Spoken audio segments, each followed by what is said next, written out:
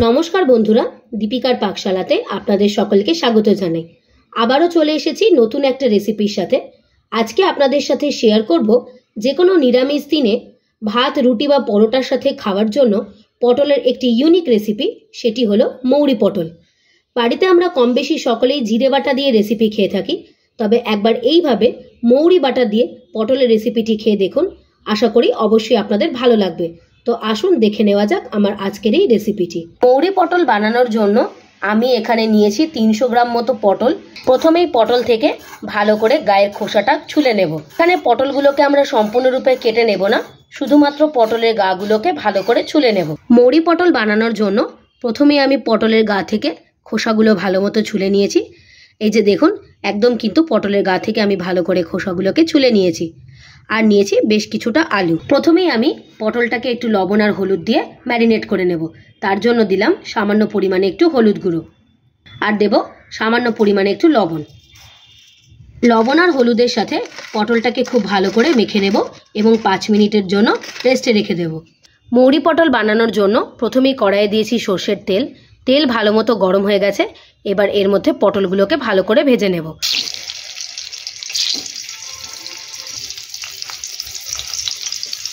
পটলগুলো একটা পিঠ খুব ভালো মতো ভাজা হয়ে গেছে। এবার আমি অপর পিঠটাকেও ভালো করে উল্টে দেব। পটলগুলো খুব ভালো করে লাল লাল করে ভেজে নিয়েছি। এবার আমি পটলগুলোকে তুলে নেব।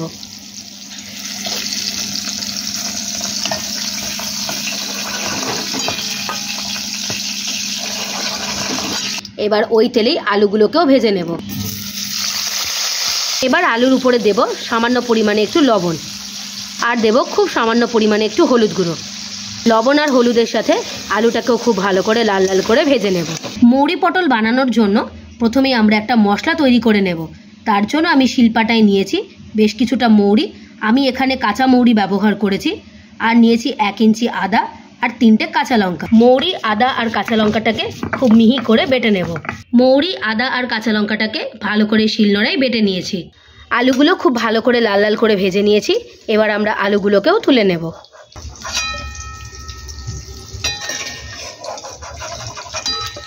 আলু আর পটল খুব ভালো মতো ভেজে নিয়েছি। এবার ওই তেলেই ফোড়ন দেব গোটা গরম মশলা। এবার এর মধ্যে দেব সাদা জিরে। ফোড়নটাকে খানিকক্ষণ তেলের সাথে ভেজে নেব। ফোড়ন খুব ভালো মতো ভাজা হয়ে গেছে এবং ফোড়ন থেকে একটা মিষ্টি গন্ধ বেরিয়ে গেছে। এবার এর মধ্যে দেব আদা, মৌরি আর কাঁচা লঙ্কার পেস্ট। মশলাটাকে ভালো করে তেলের সাথে মিশিয়ে নেব। এবার এর মধ্যে দেব সামান্য পরিমাণে একটু হলুদ গুঁড়ো, দেব কাশ্মীরি লাল লঙ্কার গুঁড়ো। আমি শুধুমাত্র কালারের জন্যই এই লাল লঙ্কার গুঁড়োটা ব্যবহার করলাম। হলুদ আর লঙ্কার গুঁড়োর সাথেও মশলাটাকে আবারও ভালো করে মিশিয়ে নেব। মশলা খুব ভালো মতো ভাজা হয়ে গেছে। এবার এর মধ্যে আগে থেকে ভেজে রাখা আলু আর পটলটা দিয়ে দেব। আলু আর পটলটাকে ভালো করে মশলার সাথে মিশিয়ে নেব। আলু আর পটল খুব ভালো করে মশলার সাথে ভেজে নিয়েছি। এবার এর মধ্যে দেব রুম টেম্পারেচারে থাকা দুধ। আপনারাও কিন্তু অবশ্যই দুধ ব্যবহার করার সময় রুম টেম্পারেচারে থাকা দুধই ব্যবহার করবেন, না হলে কিন্তু দুধ কেটে যাওয়ার সম্ভাবনা থাকবে। দুধের সাথে আলু আর পটলটাকে খুব ভালো করে মিশিয়ে নিয়েছি। এবার এর মধ্যে দেব 1 চামচ লবণ, আর দেব সামান্য পরিমাণে একটু চিনি। যে কোনো নিরামিষ রান্নায় চিনি দিলে তার টেস্ট কিন্তু দারুণ হয়। চিনি আর লবণটাকে আবারও ভালো করে ঝোলের সাথে মিশিয়ে নেব এবং ঝোল ফুটে আসা পর্যন্ত অপেক্ষা করব। ঝোল ভালো মতো ফুটতে শুরু করেছে। এবার বেশ কিছুক্ষণের জন্য চাপা দিয়ে ভালো করে রান্না করে নেব।